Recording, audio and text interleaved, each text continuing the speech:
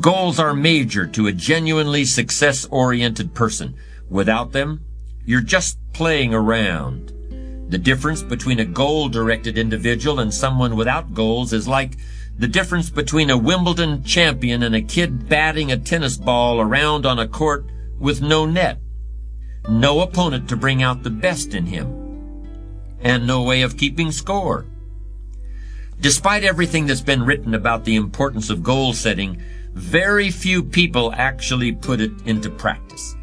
It's always amazed me the way the average guy puts more thought and effort into planning his 2-week vacation than he devotes to planning his life.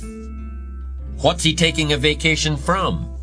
He hasn't really decided what he's trying to do in life, but for 2 weeks out of the year, he just decides he wants to do something else. And this is what he plans very carefully.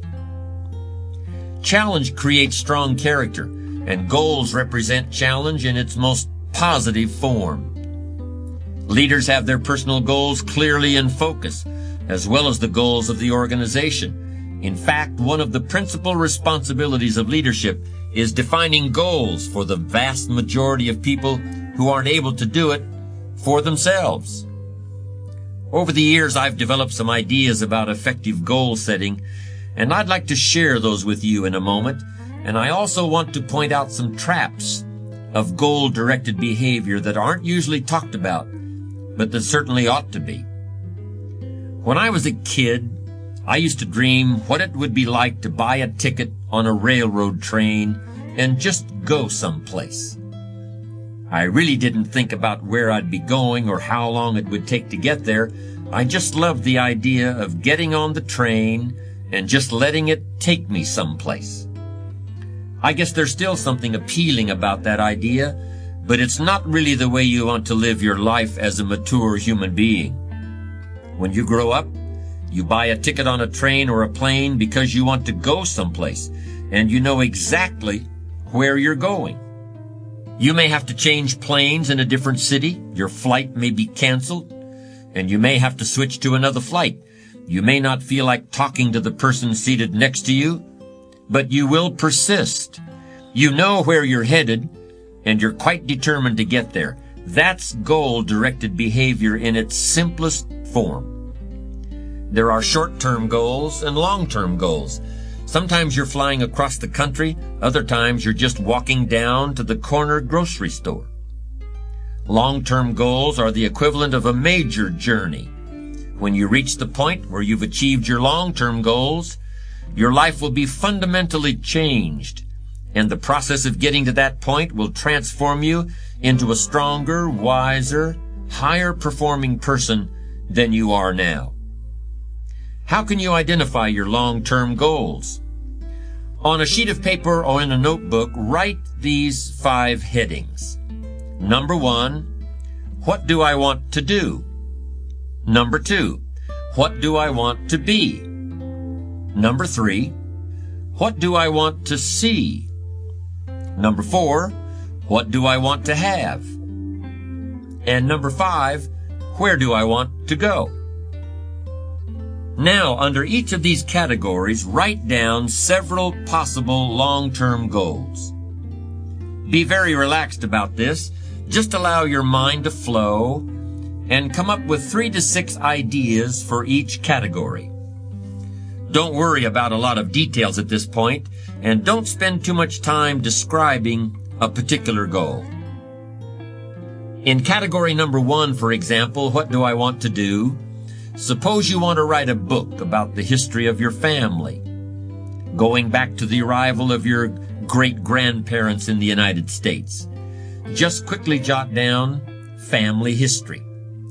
Then as you look down the list of categories, it occurs to you that you've always wanted to see the pyramids in Egypt. So you write pyramids. Keep writing down ideas as long as the list of categories continues to inspire you. You'll probably be surprised at some of the things that turn up. You may have kept a great many desires and aspirations hidden in the back of your mind, but the opportunity to write them down will move them to the forefront of your consciousness. That's one of the benefits of this technique. When you're satisfied with your list of long-term goals, read through the list once again. Then, beside each item, write the number of years that you believe it will take you to achieve that particular goal.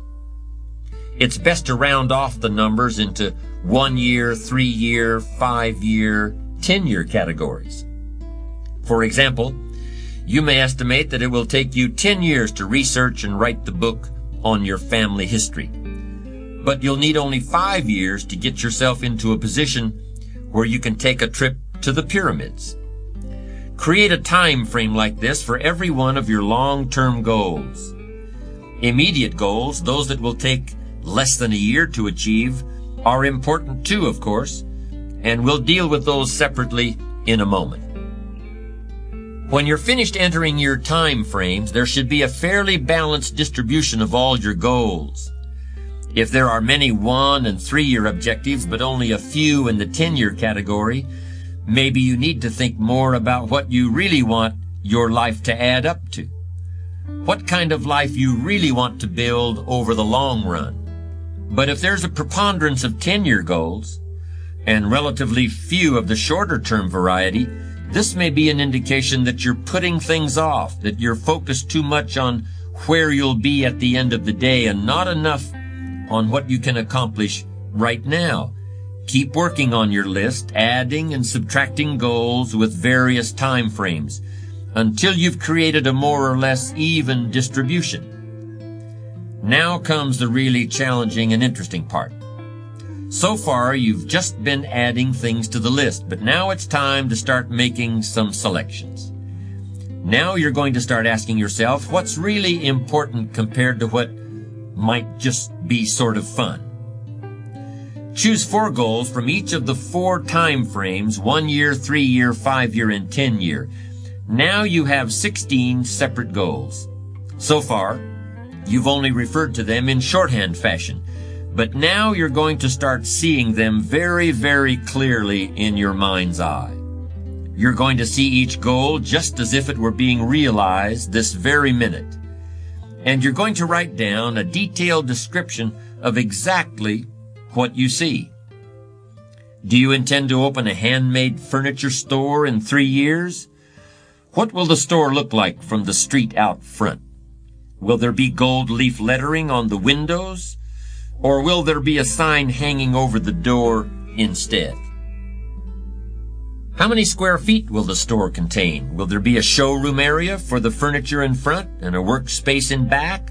Or will the furniture be built at a different location? Do you intend to have any employees, or will you run the business entirely by yourself? Think of all the questions that need to be answered in order to see your goal with absolute clarity. And then write the information down in a notebook or on a piece of paper. That will become one of your most important personal possessions. But that's not all. Any goal is a powerful motivator only if there's a powerful reason behind it. Why do you want to achieve your goals? Why do you want to own a handmade furniture store, or a private airplane, or a newspaper in a small town in Vermont? Why do you want to compete in a triathlon, or visit the Australian outback, or be the first woman in your family to earn a PhD? Write down your reasons for wanting each goal in the same degree of detail that you use to write your descriptions. If you can't find a clear and convincing reason for each of your 16 goals, do some serious reevaluating. You may have more whims or pipe dreams than real goals, and now is the time to make that discovery. Keep working on your list until you have 16 clearly envisioned, strongly motivating, long-term goals. Review what you've written at times, and keep track of your progress toward these objectives. Above all, persevere. Goal setting is a very important first step, but goal achievement is a continuous, lifelong process. That's what makes it so challenging. That's also why it's so extremely rewarding to finally attain your long-term goals. With regard to immediate goals, those that require anywhere from a day to a year to achieve, I recommend creating lots of objectives that can be accomplished in a month or less. Write them down. Read what you've written at frequent intervals. Keep track of your progress. And do something often that brings you closer to realizing these very short-term objectives. That way, you'll always have something to celebrate.